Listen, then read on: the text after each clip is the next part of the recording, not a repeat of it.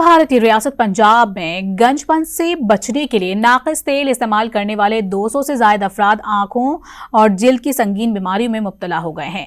भारतीय नशरियाती इदारे की रिपोर्ट के मुताबिक भारतीय रियासत पंजाब बालों को गिरने और झड़ने से बचाने के लिए सोशल मीडिया पर मुहिम चलाई गई, जिसमें मकामी शोबिस शख्सियात समेत दूसरी मारूफ शख्सियात को भी शामिल किया गया।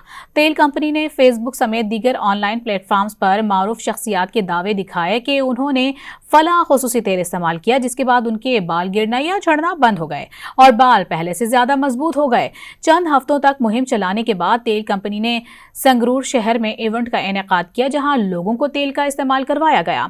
इवेंट में दर्जनों अफराद ने शिरकत की और पैसों के एवज तेल को सर पर लगाया। रिपोर्ट में बताया गया है कि इवेंट में तेल लगवाने वाले 200 से ज्यादा अफराद कुछ ही घंटों में आंखों की शदीद एलर्जी और जिल्द की सोजिश की शिकायत लेकर अस्पताल पहुंचे और उनकी बीमारी बढ़ती ही रही। बाद में उन अफराद को आंखों का संगीन इन्फेक्शन हो गया और तमाम अफराद इमरजेंसी में अस्पतालों में पहुंचे, जिसके बाद मीडिया और मकामी इंतजामिया मुतहरिक हुई और नाकिस हेयर ऑयल कैंप लगाने वाले मुल्जिमान को गिरफ्तार कर लिया।